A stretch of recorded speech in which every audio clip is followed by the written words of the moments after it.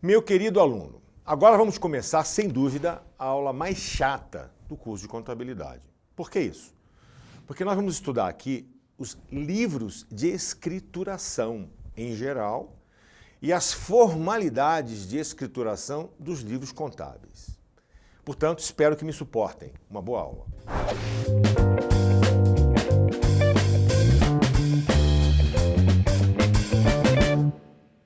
Uma empresa, para fazer sua escrituração, se utiliza basicamente de livros fiscais, livros societários, se ela for uma sociedade anônima, livros trabalhistas e livros contábeis, que são o nosso foco. Nosso foco nesta aula são os livros contábeis. Mas você, pelo menos, precisa saber quais são os livros das demais esferas.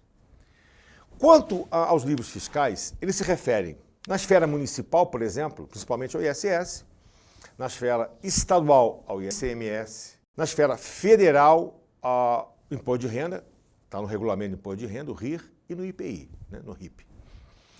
Os livros societários se aplicam, como eu já disse, somente às sociedades anônimas. E os livros trabalhistas são prescritos na consolidação das leis do trabalho, a CLT. Para não tomar muito seu tempo, porque esse assunto também não é tão importante assim, eu preparei alguns slides para que possamos discorrer rapidamente sobre os livros nessas esferas. Vamos aos slides. Quais são os livros da esfera municipal?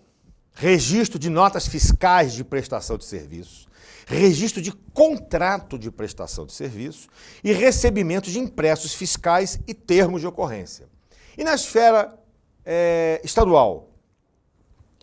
O ICMS é o principal tributo, registro de apuração do ICMS, registro de inventários, registro de entrada de mercadorias, registro de saída de mercadorias. São livros específicos, eu estou falando de livros isso aqui.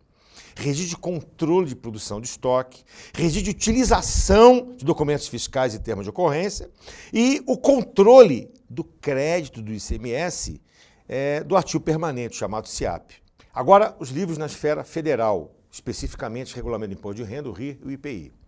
LALUR, que é um livro muito importante, vou falar um pouquinho mais dele na sequência. Livro de apuração do lucro real, está previsto no Regulamento de Imposto de Renda, no RIR. Registro de inventário, também do Regulamento de Imposto de Renda. Registro de compras, Regulamento de Imposto de Renda, o RIR.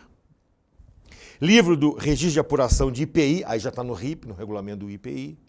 Registro de controle de produção e estoque, ligado ao IPI, registro de entradas, também ligado ao IPI, registro de saídas, também ligado ao IPI, registro de impressão de documentos fiscais, também ligado ao IPI. Por fim, o registro de inventário, também ligado ao IPI. Quais são os livros societários?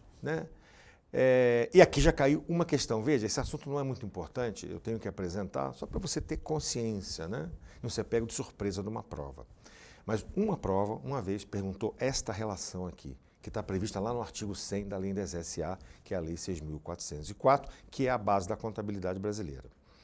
Registro de ações nominativas, registro de transferência de ações nominativas, registro de partes beneficiárias nominativas, registro de transferência das partes beneficiárias, o livro de ata de Assembleia Geral, livro de presença de acionista, o livro de ata das reuniões do Conselho de Administração, se houver, livro de ata de reuniões da diretoria e o livro de ata dos pareceres do Conselho Fiscal. Cabe um destaque, como eu disse agora há pouco, que eu ia voltar, ao LALUR. Porque neste livro, que não é um livro contábil, que é um livro fiscal ligado ao Regulamento do Imposto de Renda, é que são feitos ajustes referentes às diferenças entre as regras fiscais e as regras contábeis.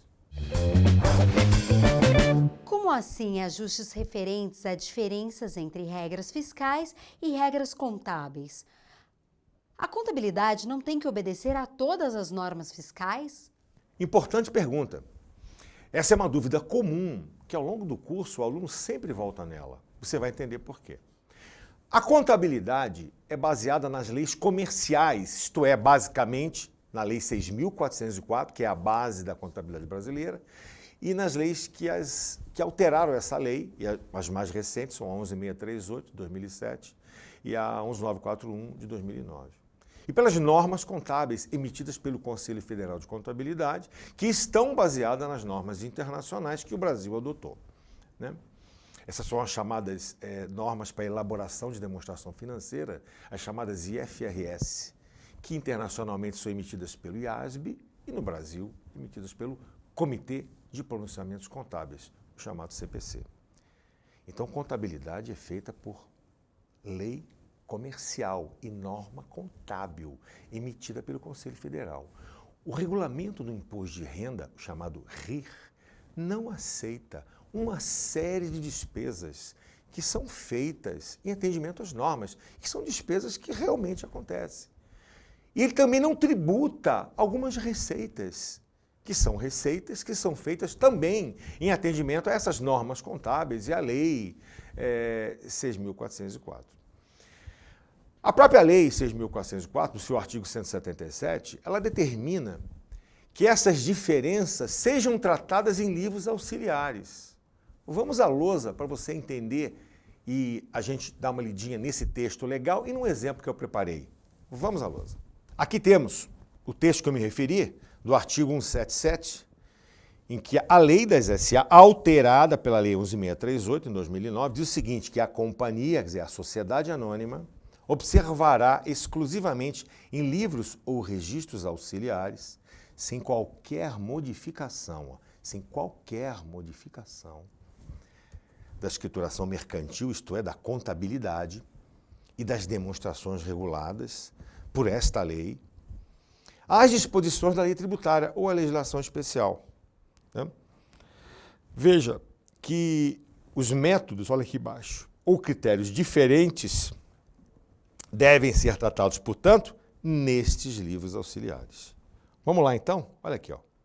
Dei um exemplo para você. Imagina que uma empresa tenha receita de R$200 mil, custos de 80, portanto o lucro bruto será 120. Vamos imaginar que essa empresa tenha despesas totais de 50 mil, dentre as quais, estou simplificando aqui, é claro, 40 mil de salários e multa de trânsito, R$10 mil. E é claro que se uma empresa tem veículos e existem multas de trânsito aplicáveis a esses veículos no período, são despesas reais, que diminuem o lucro, óbvio, né? Mas o regulamento do imposto de renda não aceita essas despesas, por incrível que pareça. Então, neste livro, LALUR, que é um livro do regulamento do imposto de renda, o que o contador tem que fazer? Tem que pegar lá o lucro, ó, este lucro, que foi obtido, lucro bruto menos as despesas totais, pego esse lucro, R$70 mil. E somo, são as chamadas inclusões, soma as despesas que o leão não aceita. Por exemplo, esse R$10 mil. Portanto, o lucro real, o lucro sob a ótica do regulamento do imposto de renda, é R$80 mil. Claro que eu estou usando uma alíquota aqui, um percentual hipotético, para facilitar a conta. Supondo que o imposto de renda seja de 10%, o imposto de renda efetivo que essa empresa vai ter que pagar é quanto? É 10% sobre 80% e não sobre 70%. Aí o contador vai pegar esse 8 mil e vai trazer para cá, para o DRE contábil, e vai calcular o lucro líquido que vai divulgar na demonstração contábil. Então veja que o imposto de renda não é calculado sob a ótica da legislação comercial, tem que ser calculado, evidentemente, sob a ótica da legislação do imposto de renda. Então é lá neste livro auxiliar, o chamado LALU, que fazemos ajustes, né, das diferenças entre a legislação contábil e a legislação fiscal. Perfeito? E assim vai suceder a todas as diferenças entre as normas contábeis e a norma fiscal. Espero que você tenha entendido a sua dúvida. A partir de agora, vamos começar a estudar os livros contábeis. E aqui é que entra realmente a parte importante desta aula. E nesse caso você precisa saber, portanto, um pouco mais, porque aí temos mais perguntas em exames, em provas de concurso. Quais são os principais livros contábeis? Diário, razão, são esses dois que são mais exigidos em concurso. Livro caixa, livro de registro e duplicata, se elas existirem, e livro de conta correntes. Quer dizer, se uma empresa quer controlar uma conta corrente especificamente, pode ter um livro para estoques, pode ter um livro para imóveis, um livro para veículos. Quando a gente fala assim, contas correntes, podem ser diversos livros para contas específicas. O livro contábil pode ser classificado quanto à sua utilidade, como principal ou auxiliar. Também pode ser classificado quanto à sua natureza, como cronológico ou sistemático. E quanto à sua finalidade, obrigatório ou facultativo.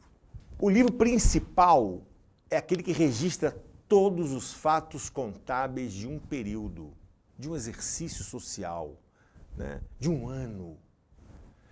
E os únicos livros que a contabilidade considera como principais são o Diário e Razão, né? O livro auxiliar é aquele que registra, portanto, parte dos fatos, são todos os outros livros. São cronológicos se eles registram os eventos sequencialmente, diariamente. E o único livro considerado cronológico é o diário. Todos os outros são sistemáticos. Porque o escriturário, quer dizer, aquele que está responsável pela escrituração, só visita uma determinada página de um livro se ocorre uma alteração naquela conta. Se eu controlo, um livro controla veículo e não houver aquisição de um veículo no ano inteiro, nenhuma alteração vai ser feita no livro que controla veículo. Por isso, eu só irei a ele sistematicamente se eu adquirir um veículo. Perfeito? O livro é obrigatório, né, se alguma legislação ou norma obrigar a sua escrituração. E, é claro, é facultativo se não existir essa obrigatoriedade. Eu preparei alguns slides, né, com os livros e suas respectivas classificações e preparei um outro slide com a obrigatoriedade das legislações em relação ao Diário e Razão, uma vez que esses dois livros são os mais importantes para a prova de concursos em geral. Vamos aos slides que a gente preparou. Bom, aqui temos a classificação dos livros contábeis. O Diário, como já disse, é um livro principal, porque ele registra todos os fatos de um exercício, é cronológico, porque os fatos são registrados na sequência, e ele é obrigatório. O Razão é principal também, porque registra todos os fatos de um período. É sistemático, porque eu vou às páginas do Razão sistematicamente se uma conta foi alterada. Cada página, vamos entender desta forma, não é bem assim hoje com a informática, mas podemos entender dessa forma para entender, cada página controla uma conta. Se uma conta não sofreu alteração num período, eu jamais irei naquela página. Por isso dizemos que ele é sistemático. Também é obrigatório. Vamos entender já já por qual legislação. Registro de duplicata é auxiliar, né? Ele é auxiliar. Ele não registra todos os fatos, evidentemente, ele só registra as operações com duplicatas, se é que elas existem. Porque a emissão de duplicata não é obrigatória, você vai aprender isso em operações financeiras. É sistemático, porque eu só vou a ele se uma duplicata é alterada, é emitida, e é facultativo, né? Claro, eu botei esse asterisco aqui porque ele é facultativo, passa a ser obrigatório apenas se a empresa emitir duplicatas. Livro caixa e registro de inventário são auxiliares, são sistemáticos. Auxiliares por quê? Porque registra só o caixa ou só o registro de inventário, portanto, parte dos fatos. Sistemático, eu só vou a ele se há alteração nessas contas. E, normalmente, facultativos, né? Se optantes, por exemplo, pelo lucro presumido, aí esses dois livros podem, nesse caso, e serão obrigatórios. Contas correntes são livros auxiliares, porque registram apenas a conta corrente específica, sistemático, porque eu vou a eles apenas quando a conta é alterada, e facultativo, evidentemente. Aqui eu apresento para você a obrigatoriedade do Diário e Razão, que são os dois principais livros. A norma ITG 2000, emitida pelo Conselho Federal, obriga os dois livros. O Regulamento do Imposto de Renda, nos artigos 258 e 259, obriga os dois livros. O Código Comercial, né, que tem sua origem em 1850 e foi alterado pelo Código Civil, né, em 2002, ele só exige o Diário, não exige o Razão. Minto, o Código Comercial. E, por último, o Código Civil, a mesma coisa. Ele não exige apenas o Diário e não exige o Razão. Meu querido aluno, os livros contábeis possuem as chamadas formalidades extrínsecas e formalidades intrínsecas. E isso sim é pedido volte e meia numa prova. As formalidades extrínsecas para os livros na forma não digital são serem encadernados, terem suas folhas numeradas sequencialmente, conterem termo de abertura e termo de encerramento devidamente assinados pelo titular ou representante legal e pelo profissional de contabilidade regularmente habilitado, né, que tanto pode ser o técnico em contabilidade como o contador, se tiverem registro, né? As formalidades extrínsecas para livros na forma digital são apenas duas. Serem assinadas digitalmente pela entidade e pelo profissional de contabilidade regularmente habilitado. E, quando exigível por legislação específica, serem autenticados no registro público ou entidade competente. Agora vamos às formalidades intrínsecas dos livros contábeis. E elas impõem que a escrituração contábil deve ser executada em idioma e em moeda corrente, portanto, em moeda nacional, em português. Em forma contábil. E a forma contábil você vai aprender em aula específica sobre isso. Em ordem cronológica, do dia, mês e ano, claro. Ordem cronológica se for o diário. Com ausência de espaço em branco, entrelinha, borrão, rasura, emenda. E é claro, meu querido, com base em documentação de origem externa ou interna. E, na sua falta, elementos que evidenciem os fatos contábeis. Isto é, não chegou uma nota fiscal, não tem problema. Se eu tenho um e-mail do setor que diga, olha, nós contratamos esse serviço, o valor é tanto, vence no dia tal, o serviço aconteceu no dia tal, perfeitamente. Na falta de um documento, eu não vou falsificar, não vou produzir um documento, mas a gente pode se basear em fatos que evidenciem o que ocorreu. Cabe ressaltar também que a própria lei 6.404 tem uma orientação sobre escrituração contábil no seu artigo 177. E essa orientação, às vezes, cai literalmente em prova. Eu preparei um slide para que a gente veja essa orientação específica da lei. Vamos a ele. Temos aqui 2 slides e, nesse primeiro, lá do artigo 177, a lei das SA define o seguinte, que a escrituração da companhia será mantida em registros permanentes, com obediência aos preceitos, né, da lei comercial, que é a lei 6.404, portanto, todas as alterações seguintes e as próprias normas que a própria lei definiu que seriam complementares, né, e aos princípios de contabilidade, geralmente aceitos, devendo observar métodos ou critérios contábeis uniformes no tempo e registrar todas as mutações, isto é, as modificações no patrimônio, segundo, olha que importante aqui, ó, vou até grifar em vermelho, regime de competência. E também na lei nós temos a orientação que as demonstrações, ó, serão assinadas por quem? Pelos administradores e pelos contabilistas. E o contabilista é o técnico ou contador. Agora, então, a gente vai entrar na estrutura do diário. Como é que deve ser feito o lançamento no diário? E isso está especificado no item 6 da norma ITG 2000. Eu preparei 2 outros slides, porque fica muito melhor do que eu ficar falando aqui, não tem como você entender isso que não seja a gente indo para a lousa. Vamos voltar de novo. Como é que é um lançamento no diário, que a gente começa a entender nessa aula? Olha só, ele deve ter data, primeira data, onde ocorreu o fato contábil. Na sequência, a conta devedora. Depois, a conta credora. E um histórico. E, por último, o valor. Perfeito? Isso é o que está na norma ITG 2000. Eu botei um exemplo aqui para você. Imagina a integralização do capital de R$10.000 em dinheiro. Ó, conta capital, você já sabe que é a conta fornecedora, que representa o sócio na contabilidade, ela é de natureza credora, por isso o lançamento à direita. E ele integralizou em dinheiro. O dinheiro foi para a conta caixa. Sempre que for dinheiro, conta caixa. A conta que guarda o recurso é a conta que está devendo o recurso à entidade, portanto, aos sócios. Como é que a gente faz isso? A data, a primeira data, 15 de junho de 2017. Primeira conta devedora, olha aqui, a conta caixa, R$10.000. Depois a conta credora. E na frente da conta credora, normalmente, você bota esse azinho aqui, ó, caixa A capital. O 10.000, normalmente, do lançamento devedor, fica um pouquinho à esquerda, esse é o mais comum, não é obrigatório, mas é o mais comum, e o credor um pouquinho à direita. E aqui embaixo a descrição, né? Claro que a gente leu na norma, aparece o valor, não assim do lado, mas aparece como? Ó, aparece depois. Pode aparecer das duas formas. A norma textualmente mandou fazer assim, como eu grifei aqui em azul. Mas o mais comum nas provas é isso aqui, ó. É o que eu botei em cima.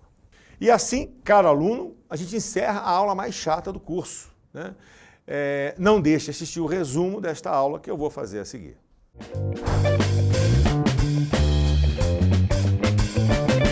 Nesta aula sobre livros de escrituração, dando ênfase para os livros contábeis e suas devidas formalidades, nós aprendemos que existem livros não contábeis e eles são os livros da esfera municipal, estadual, do ICMS, federal, vimos aqui do Regulamento do Imposto de Renda e do Regulamento do IPI, livros societários, né, e livros trabalhistas especificados pela CLT.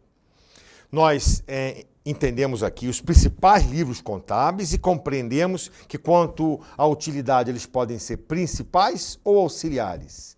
Quanto à natureza, eles podem ser cronológicos, o diário é único ou sistemático. E quanto à finalidade, podem ser obrigatórios ou facultativos, né?